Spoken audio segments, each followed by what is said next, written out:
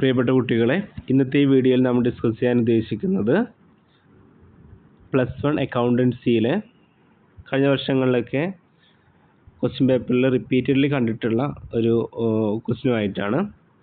നമുക്കറിയാം, ഫിനാൻഷ്യൽ സ്റ്റേറ്റ്മെൻറ്റിൽ ഒരുപാട് അഡ്ജസ്റ്റ്മെൻറ്റ്സ് പഠിക്കാനുണ്ട് അല്ലേ.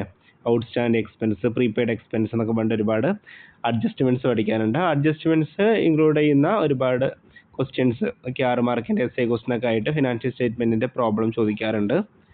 അതിന് പുറമെ ചോദിക്കാൻ സാധ്യതയുള്ള ഒരു ഭാഗമാണ് ആ അഡ്ജസ്റ്റ്മെൻറ്റ്സിൻ്റെയൊക്കെ എൻട്രീസ് എഴുതാൻ, അഡ്ജസ്റ്റിംഗ് എൻട്രീസ് എഴുതാൻ. ആ അഡ്ജസ്റ്റിംഗ് എൻട്രീസ് ആണ് നമ്മൾ ഇന്നിവിടെ ഈ ഒരു വീഡിയോയിൽ ഡിസ്കസ് ചെയ്യാൻ ഉദ്ദേശിക്കുന്നത്. ഓക്കെ, കഴിഞ്ഞ മോഡൽ എക്സാമിന് ചോദിച്ചിട്ടുണ്ട്.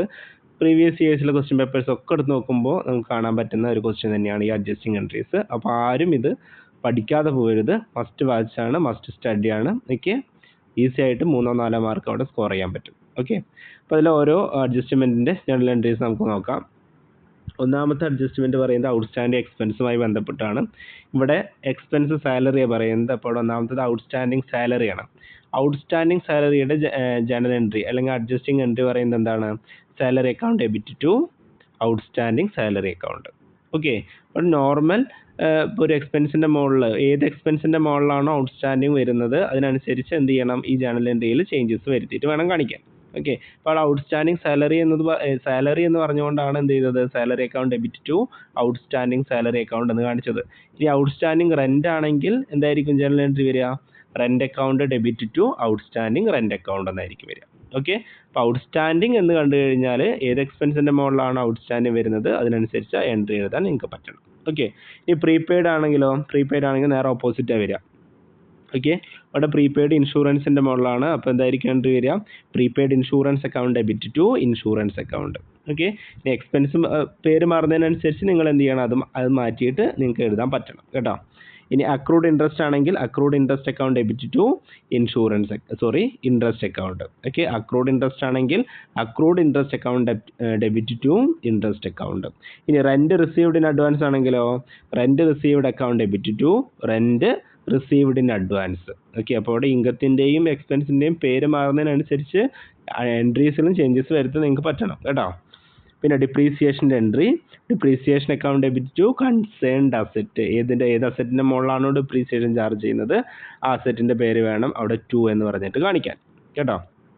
ഇനി അടുത്തത് ബാഡ് ഡെപ്റ്റിൻ്റെ അഡ്ജസ്റ്റിംഗ് എൻട്രി എന്താണ്? ബാഡ് ഡെപ്റ്റ് account debit to debtors account, sundry debtors account. Okay, bad ഡെപ്റ്റിൻ്റെ അഡ്ജസ്റ്റിംഗ് എൻട്രി എന്താണ്? Bad debts account debit to sundry debtors അല്ലെങ്കിൽ ഡെപ്റ്റേഴ്സ് അക്കൗണ്ട്. ഓക്കെ, ഇനി ഇൻട്രസ്റ്റ് ഓൺ ക്യാപിറ്റലിൻ്റെ ആണെങ്കിലോ interest on capital account debit to capital account. Okay, അപ്പോൾ ഇത്രയൊക്കെയാണ് നമുക്കിവിടെ പഠിക്കാനുള്ള അഡ്ജസ്റ്റ്മെൻറ്റ്സ്. ഈ അഡ്ജസ്റ്റ്മെൻറ്റ്സ് എൻട്രീസിൽ ഇതിൽ ഏതെങ്കിലും ഒരു 4 3 ഒക്കെ പരീക്ഷയ്ക്ക് തുടർച്ചയായിട്ട് ചോദിക്കാൻ സാധ്യതയുള്ളതാണ്. അപ്പോൾ അത് നിങ്ങൾ എന്ത് ചെയ്യണം? പഠിക്കണം കേട്ടോ.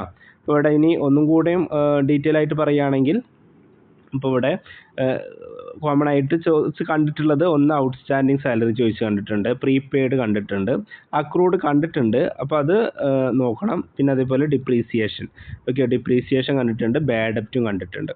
ഓക്കെ, അതൊക്കെയാണ് തുടർച്ചയായി ചോദിച്ച് കണ്ടിട്ടുള്ളത്. അപ്പോൾ അത് നിങ്ങൾ എന്ത് ചെയ്യുക? മനസ്സിലാക്കിയിട്ട് പഠിക്കുക. ഓക്കെ, ഇനി മനസ്സിലാക്കിയിട്ട് പഠിക്കാൻ ബുദ്ധിമുട്ടുള്ളവരാണെങ്കിൽ കാണാപ്പാഠം പഠിച്ചു വയ്ക്കുക. അതിനനുസരിച്ച് ഇവിടെ ഓരോ എക്സ്പെൻസ് പറയുന്നുണ്ട്, ആ എക്സ്പെൻസിൽ മാറ്റം വരുന്നതിനനുസരിച്ച് നമ്മുടെ എൻട്രീസിൽ മാറ്റം വരും എന്നുള്ളതും കൂടെ മനസ്സിലാക്കി വയ്ക്കുക കേട്ടോ. അപ്പോൾ ഈ അഡ്ജസ്റ്റിംഗ് എൻട്രീസ് നന്നായി നോക്കുക കേട്ടോ. ഓക്കെ, അപ്പോൾ നന്നായി നോക്കണം, 3 മാർക്ക് കളയരുത് കേട്ടോ. Must watch, must study. Okay, thank you.